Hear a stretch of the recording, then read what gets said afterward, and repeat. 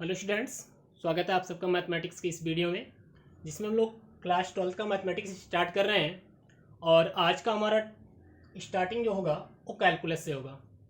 Calculus आपकी पढ़ाई का एक सबसे महत्वपूर्ण पार्ट है और ये 12th में क्लास से स्टार्ट होता है। आगे आप बीएससी करेंगे, आगे कोई भी इंजीनियरिंग की पढ़ाई करेंगे तो आपको कैलकुलस पूरा पढ़ने को मिलेगा डिटेल। इस कैलकुलस का पूरा एक अलग से ही बुक होगा। इसके जो पार्ट हैं अलग अलग, उनकी भी अलग अलग बुक आपको देखने को मिलेंगे। तो स्टार्टिंग इसकी होती है 12th से। आज से हम लोग स्टार्ट करेंगे कैलकुलस। अगर इसको एग्जाम की दृष्टि से देखा जाए तो स्टूडेंट्स, इससे कुल 44 मार्क्स पूछे जाते हैं। 100 मार्क्स में से 44 मार्क्स जो आते हैं आपकी, वो किससे आते हैं? केवल और केवल कैलकुलस से आते हैं, जिसे हम लोग हिंदी में कलन कहते हैं। इस कलन से आपके 44 मार्क्स पूछे जाते हैं यूपी बोर्ड में। यानी अगर देखा जाए तो 50% लगभग जो क्वेश्चंस आते हैं आपके एग्जाम में, वो कैलकुलस से ही आते हैं। इसलिए कैलकुलस आपका एक बहुत महत्वपूर्ण पार्ट है आपकी पढ़ाई का। और पूरा 12th की जो पढ़ाई है उसका 50% आपका कैलकुलस पार्ट ही होता है। तो आज से हम लोग स्टार्ट करेंगे कैलकुलस की। आइए बात करते हैं कैलकुलस क्या होता है थोड़ा सा। तो कैलकुलस बेसिकली दो चीज़ों की कहानियां है। कलन, जो हमारा कैलकुलस होता है, कैलकुलस, इसके बेसिकली दो पार्ट हैं स्टूडेंट्स। एक आपका होता है अवकलन,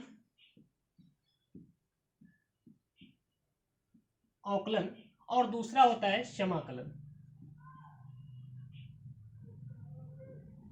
यानी कलन जो है वो बेसिकली दो भाइयों की कहानी है, एक अवकलन और एक समाकलन। अवकलन का मतलब होता है कि कोई चीज कितनी तेजी से परिवर्तित हो रही है, कितनी चीजें से बदल रही है। जैसे अपने दैनिक जीवन में देखते हैं, लड़का छोटा सा रहता है, बड़ा हो जाता है। पेड़ पौधे छोटे छोटे होते हैं, बड़े हो जाते हैं। कोई व्यक्ति यहाँ पे बैठा है, कुछ समय पश्चात उसकी स्थिति बदल जाती है। तो हमारे प्रकृति में हमेशा क्या हो रही है? चेंजिंग हो रही है। इसी चेंजिंग के बारे में मैथमेटिक्स के बारे में सोचा गया, क्या मैथमेटिक्स के जो फलन है, जो फंक्शन है, क्या उनमें भी चेंजिंग हो सकती है? तो जिसमें हम लोग चेंजिंग की बात करते हैं, मैथमेटिक्स में जो आपके फलन है उसके चेंजिंग की बात करते हैं, वही हमारा क्या होता है? अवकलन होता है। अब इसमें बहुत सारे प्रकार के आपको बुक के अंदर पढ़ने को मिलेंगे कि कैसे किया जाता है अवकलन, कैसे चेंजिंग होती है। समाकलन में बेसिकली क्या होता है? समाकलन का मतलब होता है क्षमा, इकट्ठा करना। कोई छोटी छोटी चीज बिखरी हुई है बहुत सारी जगह, उन सबको इकट्ठा कर लिया जाए तो उसी को क्या बोलते हैं? समाकलन बोलते हैं। तो बेसिकली आपको अवकलन में क्या करना होता है? चेंजिंग करना होता है। तो वहीं समाकलन में क्या करना होता है? लोगों को इकट्ठा करना होता है। अब यार 12th की क्लास में हम लोग अवकलन के अंतर्गत पढ़ेंगे। सबसे पहला टॉपिक जो पढ़ेंगे, हम पढ़ेंगे वही सातत्यता। इसके बाद अवकलनीयता पढ़ेंगे, अवकलनीयता। फिर इसमें अवकलन करने के बहुत सारे प्रकार पढ़ेंगे, अवकलन किया कैसे जाता है, बहुत सारे टाइप्स के इसमें अवकलन करने के लिए आएंगे। फिर हम लोग अवकलन के अनुप्रयोग देखेंगे, अवकलन के अनुप्रयोग, कि अवकलन के प्रयोग कौन कौन से किए जाते हैं। बेसिकली यहाँ पे 5 प्रकार के अवकलन पढ़ेंगे हम लोग प्रयोग में।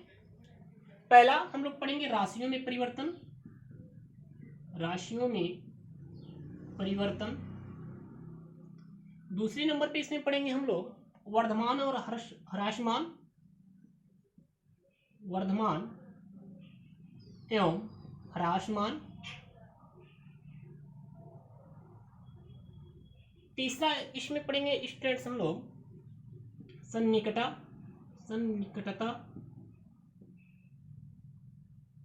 चौथा टॉपिक इसमें पढ़ेंगे हम लोग स्टूडेंट्स उच्चिष्ट एवं निम्निष्ट, उच्चिष्ट एवं निम्निष्ट।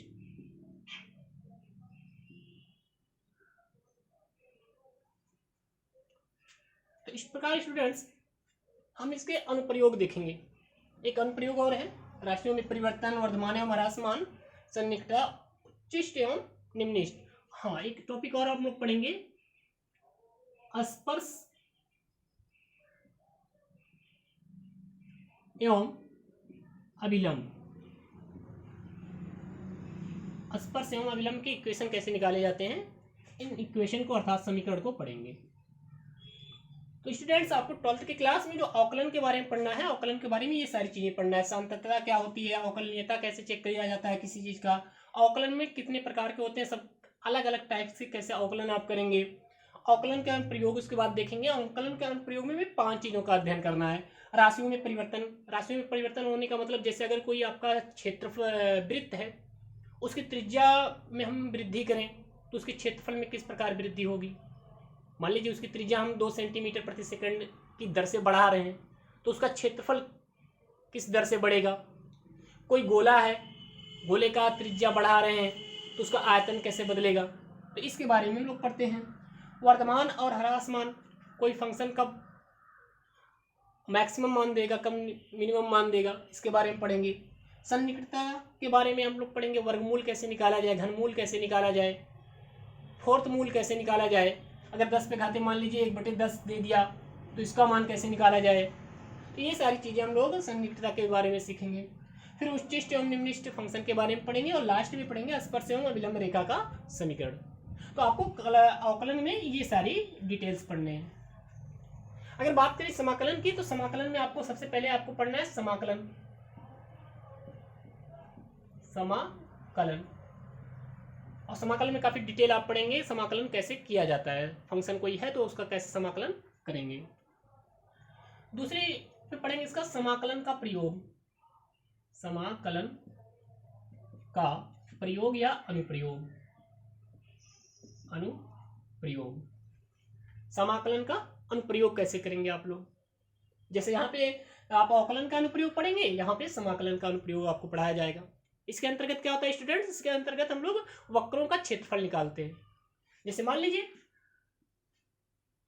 ये आपका कोई पैराबोला है, पैराबोला तो समझ रहे होंगे, परवलय, और ये कोई लाइन क्रॉस कर गई, तो ये जो कटिंग हुआ इसका क्षेत्रफल कैसे निकाला जाए। या मान लीजिए स्टूडेंट्स आपका कोई वृत्त है, इस वृत्त में इस खंड का क्षेत्रफल कैसे निकाला जाए। या मान लीजिए स्टूडेंट्स और भी हो सकते हैं, एक वक्र इस तरह गया और एक वक्र इस तरह गया, तो ये दोनों जो कट रहे हैं इसका क्षेत्रफल कैसे निकाला जाए। तो समाकलन के प्रयोग में हम वक्रों से घिरे क्षेत्र का क्षेत्रफल निकालना सीखेंगे। और लास्ट में इसका एक पार्ट और पढ़ेंगे हम लोग, इन सबके अलावा अवकल समीकरण, अवकल समीकरण,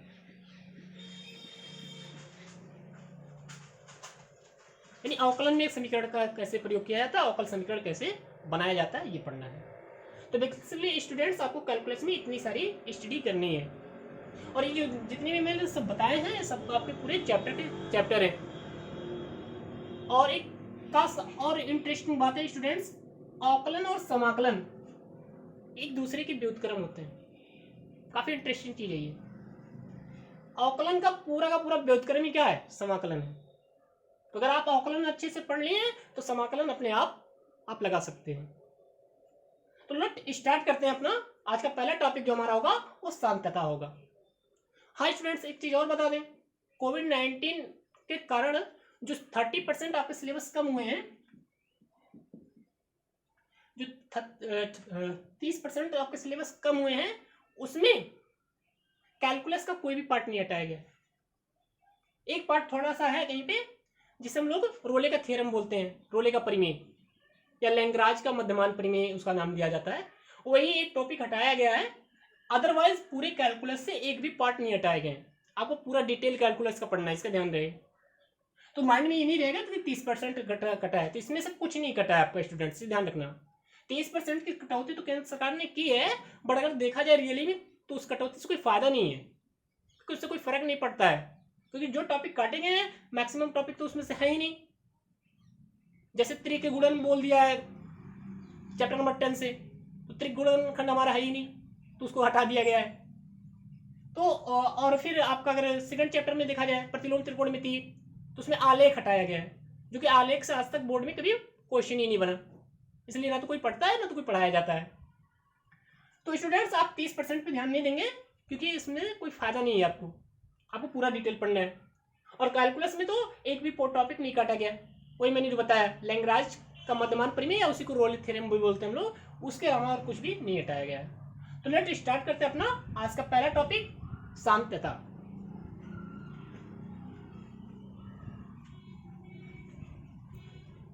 स्टूडेंट्स अगर हम लोग साम्यता की बात करें,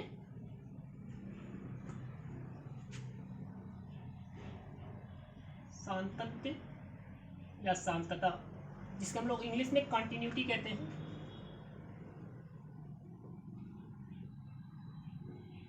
सातत्य का मतलब हुआ सतत, और इंग्लिश में देखेंगे तो कंटिन्यू बोलेंगे इसको, कंटिन्यूअस। अब सतत का मतलब क्या होता है? लगातार, जारी रहे। अगर कोई चीज कंटिन्यू चालू रहती है तो उसी को क्या बोलते हैं हम लोग? सतत बोलते हैं, लगातार बोलते हैं। हमारे दैनिक जीवन में भी ये वर्ड बहुत काफी यूज होता है, और सतत कार्य कर रहा है या लगातार कार्य करते ही जा रहा है। बताइए समझे स्टूडेंट्स, तो सतत का मतलब है लगातार, कंटिन्यूअस। कोई चीज कर रहा है तो कंटिन्यू करता रहे। अब इसका मैथमेटिक्स से क्या संबंध है? मैथमेटिक्स में कहां से आ गया कोई ये चीज? तो इसको समझने के लिए मैं आपको एक छोटी सी कहानी सुनाता हूं अपने बारे में, जो कि काल्पनिक रूप से, मेरी वास्तविक रूप से मैं वो नहीं किया हूं, बट काल्पनिक रूप से मैं वो कहानी बता रहा हूं। और आप उस कहानी को समझ गए तो पूरा का पूरा कंटिन्यूटी का जो कॉन्सेप्ट है पूरा समझ जाएंगे। और इसके जो एक्सरसाइज है, उस एक्सरसाइज में कुल 34 क्वेश्चन है स्टूडेंट्स, तो 34 क्वेश्चन आपके सॉल्व हो जाएंगे क्योंकि बहुत ही आसान टॉपिक है। तो आइए मैं एक कहानी कर सुनाता हूं आपको छोटी सी। एक बार क्या हुआ स्टूडेंट्स, मैं भोपाल से दिल्ली गया। मुझे भोपाल से कहां जाना था? दिल्ली। भोपाल से अभी जाना था दिल्ली, और गए भी। ये हमारा भोपाल था, ये हमारा दिल्ली। रास्ते में मेरे 2 स्टेशन पड़े, एक हमारा झांसी पड़ा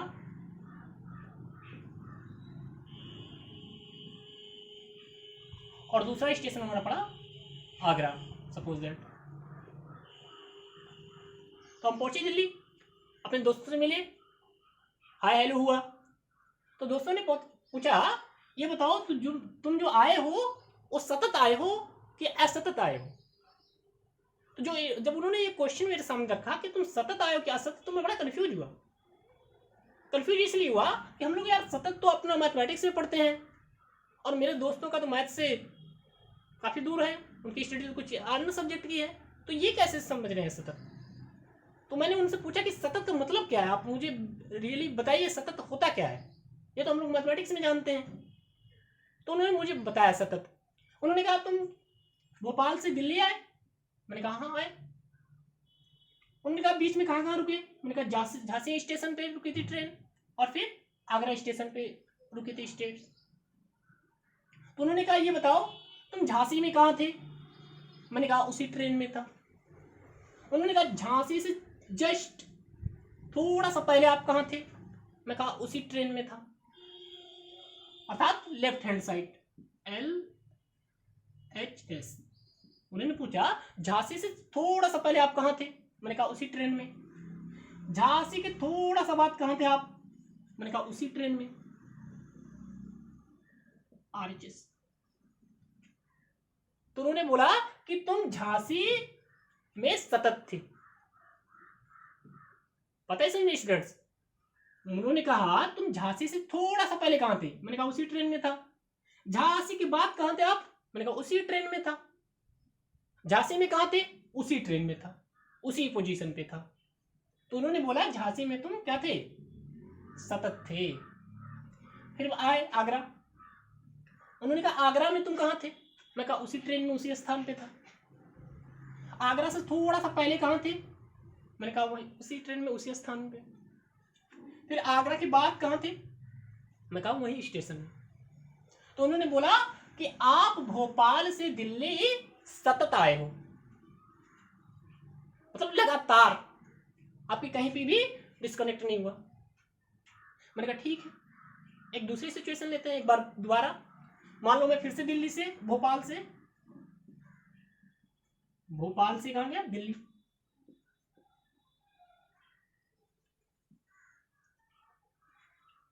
इस बार क्या हुआ, जब मैं झांसी पहुंचा तो झांसी मैंने उतरा और यहां से मैंने दूसरी ट्रेन पकड़ ली।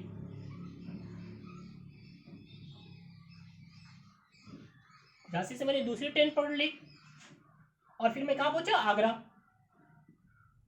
और आगरा से फिर दूसरी ट्रेन पकड़ के दिल्ली पहुंच गया। तो अब बताओ मैं सतत आया कि नहीं आया। तो उन्होंने कहा ये देखो जस्ट यहाँ पे, तुम झांसी में कहाँ थे, मैंने कहा इस ट्रेन में थे। झांसी के थोड़ा सा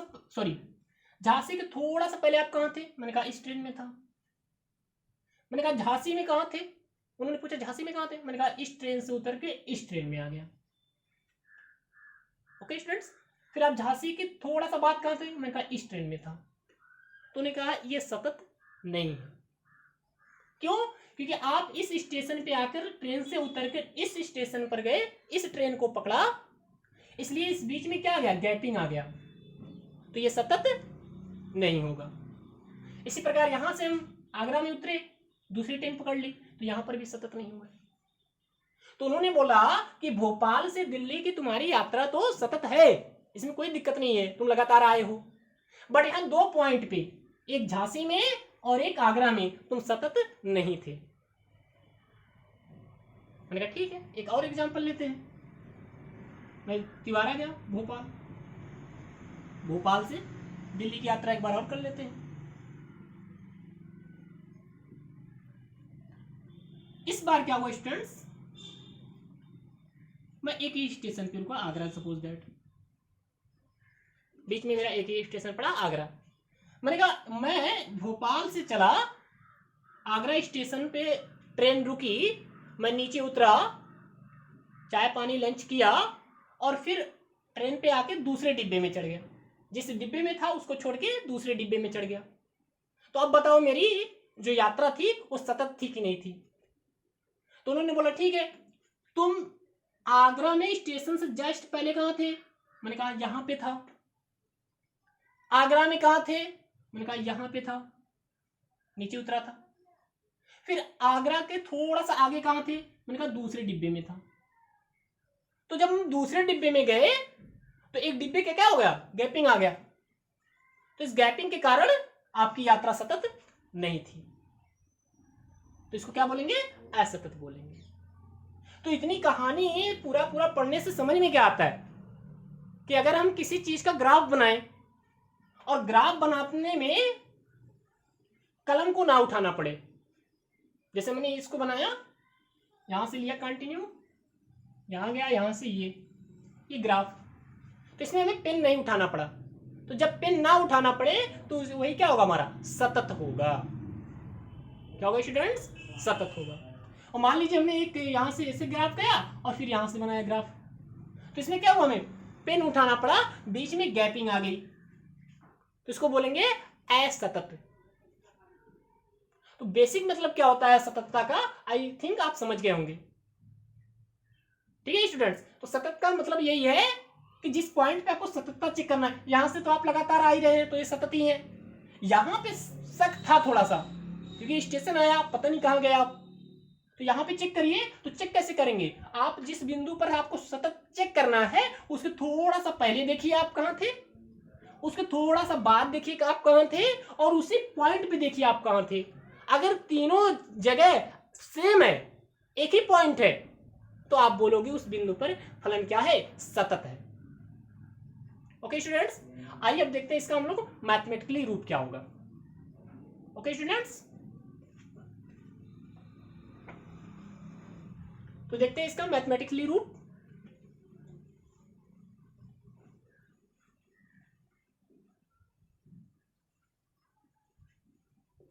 तो डिफिनेशन देखते हैं इसका क्या होगा।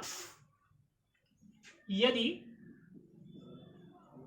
f वास्तविक संख्याओं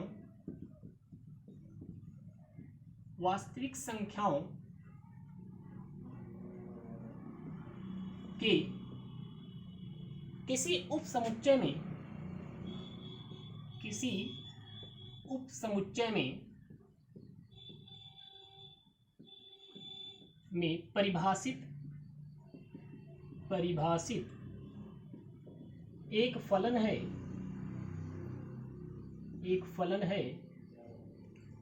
और f के प्रांत में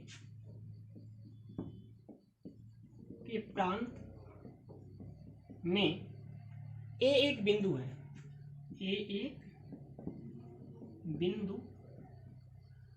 है, तब f बिंदु A पर सतत कहलाता है यदि। स्टूडेंट्स, इसकी डेफिनेशन है सततता की, देखिए क्या है। f वास्तविक संख्याओं के किसी उपसमुच्चय में परिभाषित एक फलन है। सपोज दैट आपका f क्या है, एक फलन है वास्तविक संख्याओं में। वास्तविक संख्या क्या होती है, हम लोग 11th में ज़्यादा डिटेल इसका पढ़े थे। तो वास्तविक संख्याओं के किसी उपसमुच्चय में आपका f क्या है, एक फलन है और f के प्रांत क्या होता था स्टूडेंट्स, x की वैल्यू।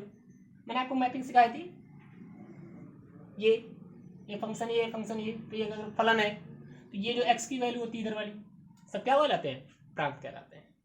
तो आपको वही सिखाया जा रहा है कि प्रांत में अगर कोई बिंदु क्या है, a है, तो a पर फलन f क्या होगा, सतत होगा यदि।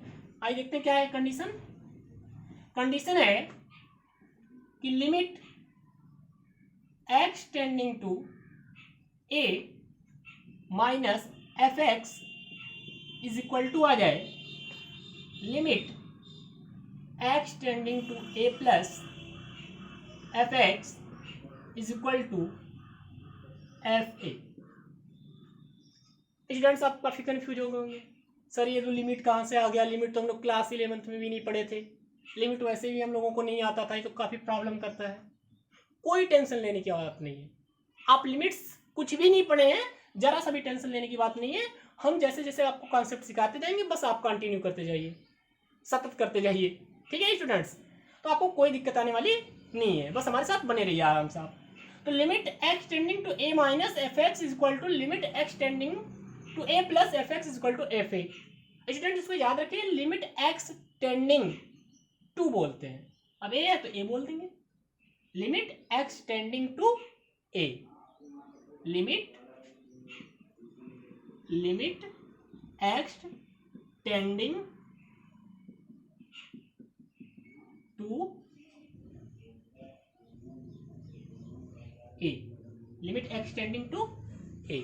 ओके स्टूडेंट्स, या इसको हिंदी में बोलेंगे तो सीमा x a की ओर अग्रसित है, तो काफी मुश्किल होगी, तो आप इंग्लिश में याद रख रहे हैं limit x tending to a।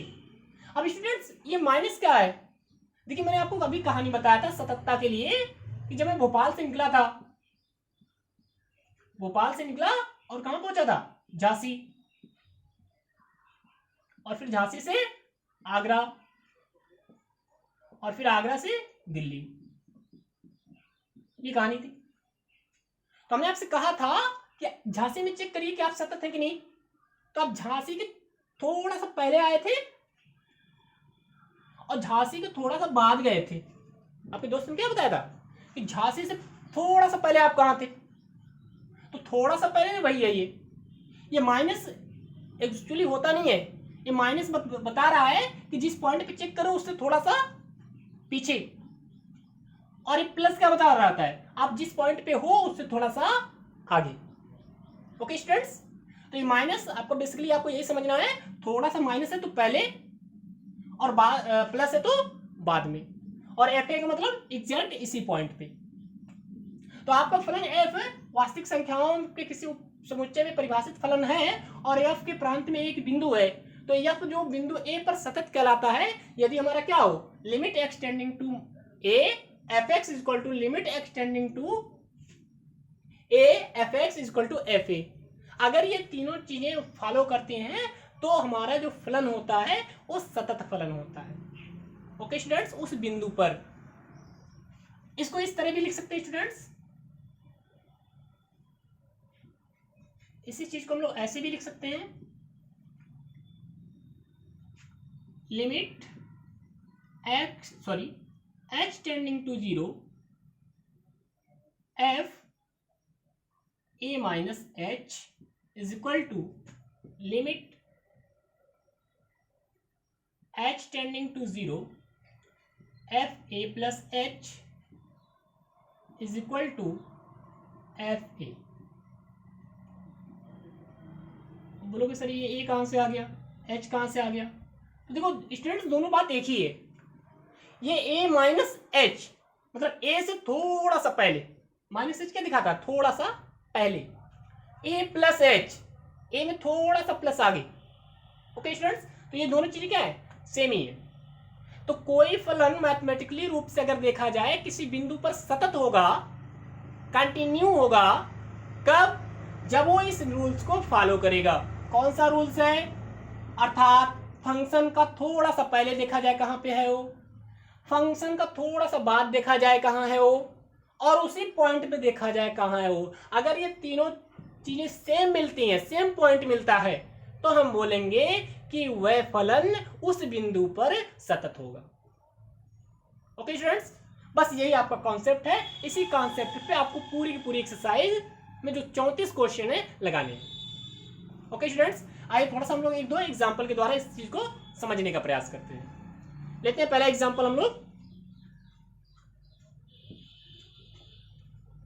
तो इसे नोट कर लेंगे परिभाषा के रूप में, फिर देखते हैं एक एग्जाम्पल इस पे। क्वेश्चन कैसे बनेंगे इसमें, एग्जाम्पल,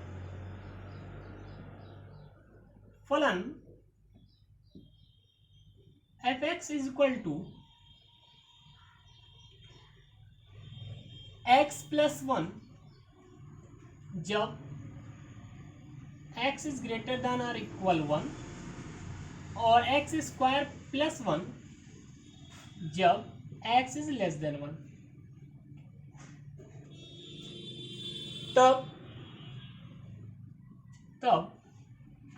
x बराबर 1 पर, x बराबर 1 पर सातत्य की जांच कीजिए, सातत्य की जांच कीजिए। तो स्टूडेंट्स ये हमारा क्वेश्चन है। इसी तरह आपके एग्जाम में भी क्वेश्चन बनते हैं। फलन बोला f x equal to x plus 1 जब x इज ग्रेटर देन और इक्वल 1, और एक्स स्क्वायर प्लस 1 है जब x इज लेस देन 1। आपको x बराबर 1 पर चेक करना है कि ये फलन सतत है कि नहीं है, सातत्य है कि नहीं है। तो स्टूडेंट्स देखिए सेम उसी चीज है। अगर इसका हम लोग एक ग्राफली बनाए, तो ये देखिए स्टूडेंट्स, ये हमारा कौन सी पोजीशन है, ये x बराबर 1 है। ओके स्टूडेंट्स, अब इससे थोड़ा सा पहले देखेंगे इसकी पोजीशन, और इसके थोड़ा सा बाद देखेंगे स्टूडेंट्स इसकी पोजीशन। इससे पहले अगर x से पहले देखा जाए, तो x से पहले का मतलब x से छोटा फंक्शन होगा, x से कम मान। तो x से कम मान के लिए क्या है, एक्स स्क्वायर प्लस 1, ये फंक्शन काम कर रहा है। और थोड़ा सा बाद देखेंगे यानी x इज ग्रेटर देन, तो क्या आएगा x प्लस 1। तो थोड़ा सा पहले ये फंक्शन काम करेगा, थोड़ा से बाद ये फंक्शन काम करेगा। ये स्टूडेंट्स यहाँ से आप फंक्शन को, आपको जो क्वेश्चन मिलेगा उसमें आपको स्पष्ट होगा। हाँ स्टूडेंट्स एक चीज और समझ लें, इसमें जो थोड़ा सा पहले होता है उसको बोलते हैं LHL, लेफ्ट हैंड लिमिट, और थोड़ा सा बाद जो होता है उसको बोलते हैं RHL, right hand limit. Okay students, तो हम कैसे चेक करेंगे, आइए देखते हैं इसको।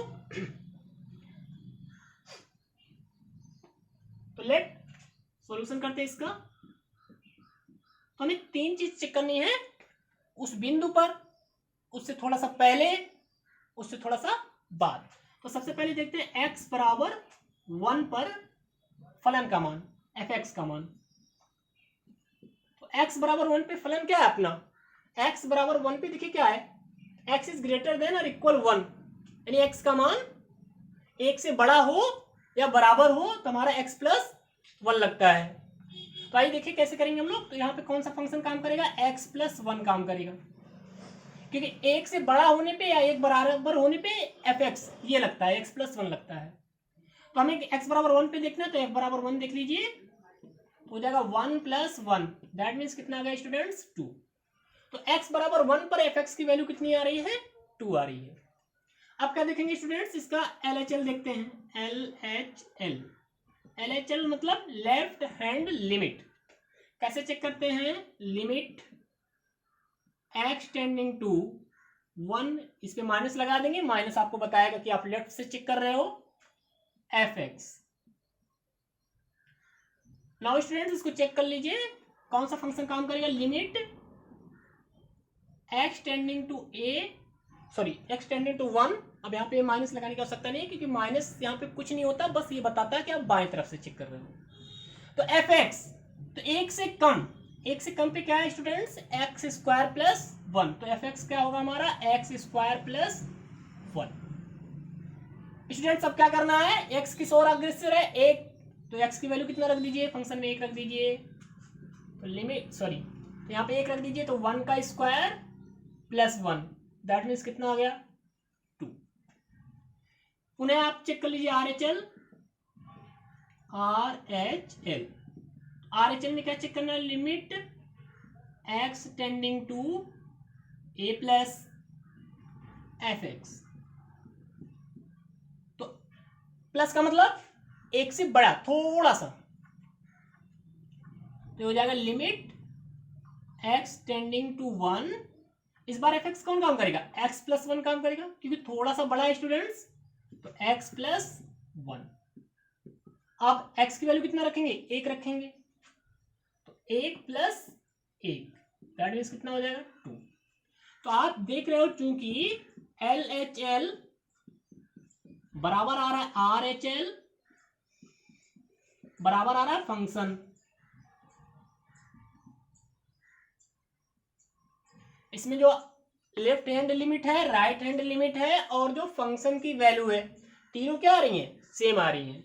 इसलिए x बराबर 1 पर फलन एफ एक्स क्या होगा, सान्तत्य होगा, सान्तत्य होगा। तो स्टूडेंट्स इस प्रकार आप किसी भी फलन का सत्यता की जांच कर सकते हैं कि वो सतत है कि नहीं है। ओके स्टूडेंट्स, तो आज की वीडियो में इतना ही, मिलते हैं नेक्स्ट वीडियो में एक्सरसाइज के साथ। जो भी आपका एक्सरसाइज है 5.1, जिसमें आपके कुल 34 क्वेश्चन है, उसको हम लोग 3 से 4 पार्ट में समाप्त करेंगे। तो मिलते हैं नेक्स्ट वीडियो में, तब तक के लिए धन्यवाद।